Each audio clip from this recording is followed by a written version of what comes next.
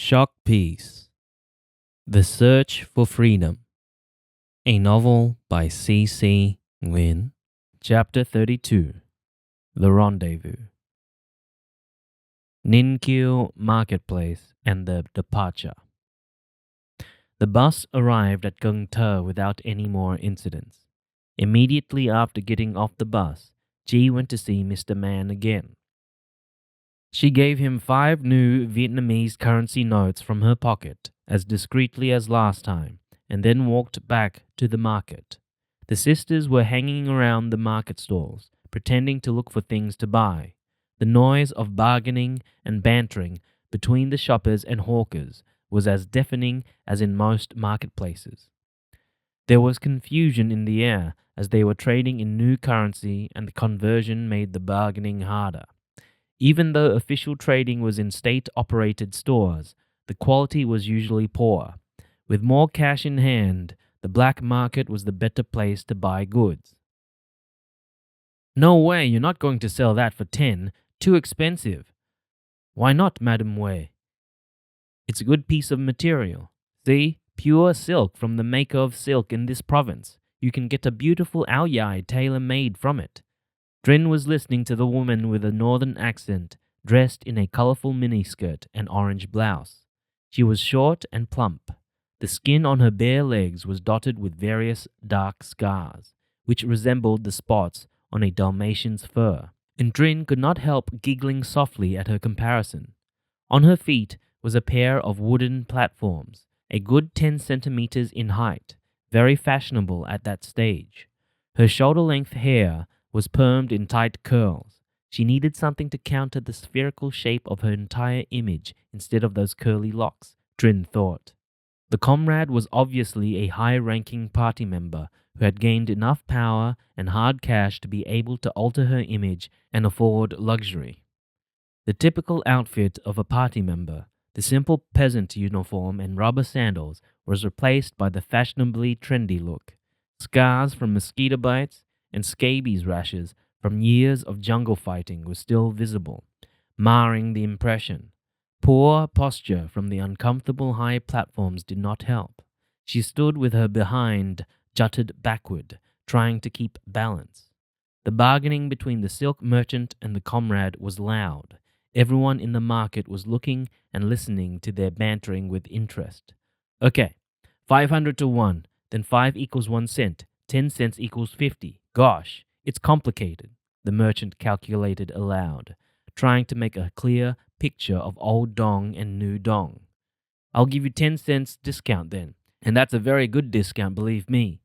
You'll never get a better piece of material like this anywhere in this province. It's pure silk and has a beautiful design. Look at the lily and its leaves. Exquisite.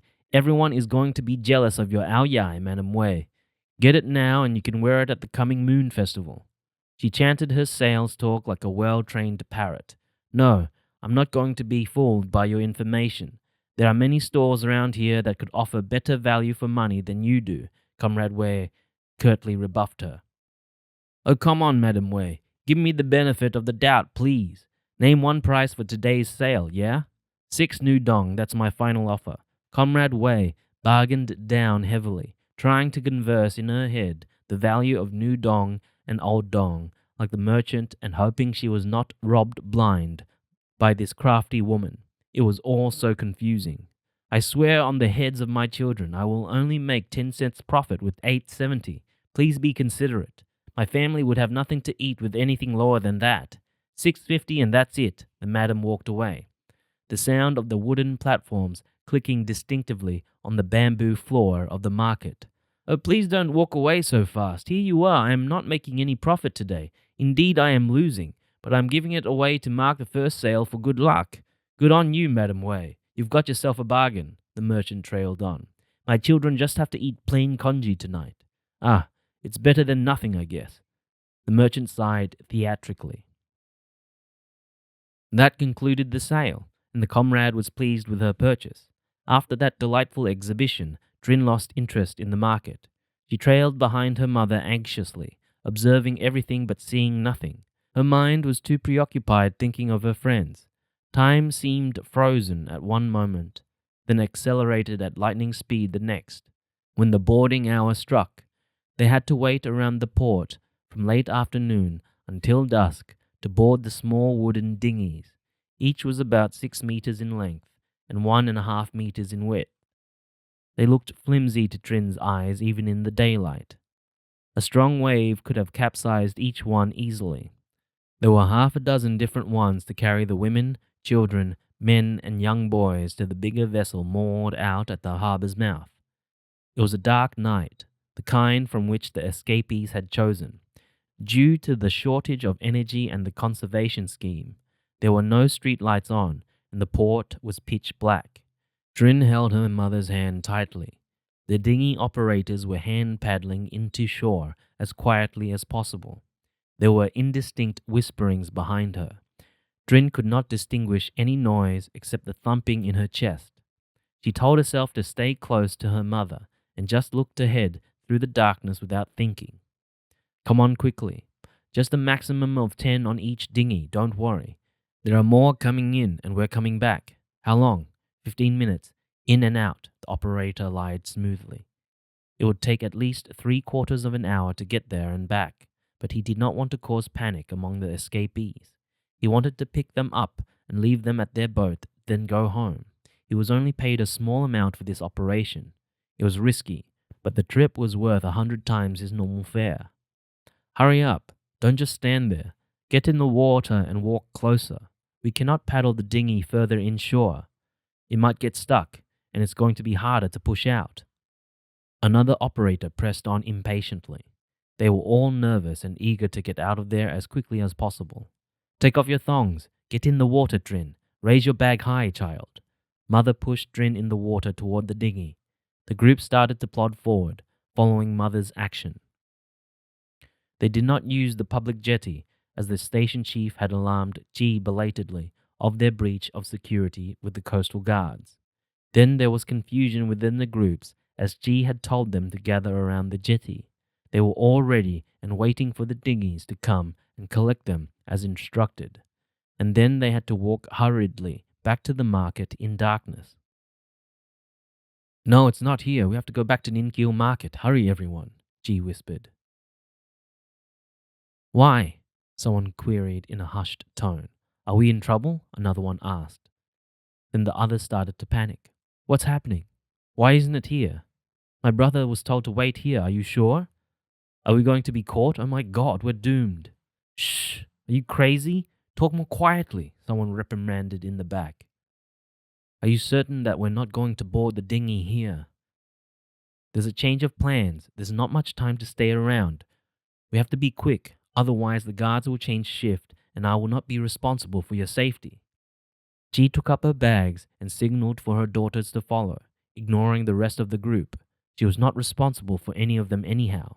They were the families of her distant cousins, her partners in the operation. Ciecie only had to look after her family members, and the girls were all here. That was all she would worry about, Ciecie reassured herself. That was what had been agreed upon. Each person had to care for his or her group's safety. Lucky for them, the beach near the market was shallow and tapering offshore. There were faint kerosene lights shining in some of the shops and motels, about 50 meters from where they were. However, there was no electricity and no street lights. All the better for the escapees, as they were more confident moving about in darkness. Trin went in with her woven bamboo leaf bag held high as instructed by her mother. The water was cool, and the river mud was slimy beneath her feet. It was stinky with rubbish floating on the surface. Damn, she had not taken off her thongs as told by Mother, and the suction from the mud and water had broken the thin straps. She heard the snap of one strap after another when she attempted to lift her feet, and her thongs were jerked off her feet in the end. The movement tipped her off balance, and her bag fell from her grip. Oh, Mother, my bag, Trin cried out in a hushed whisper, alarmed. The bag contained her address book. She could not lose it. Without thinking, she shook her hand free of her mother's and went hurriedly after the bag. The girl could not move as quickly as she thought, against the resistance of slimy mud underneath her feet.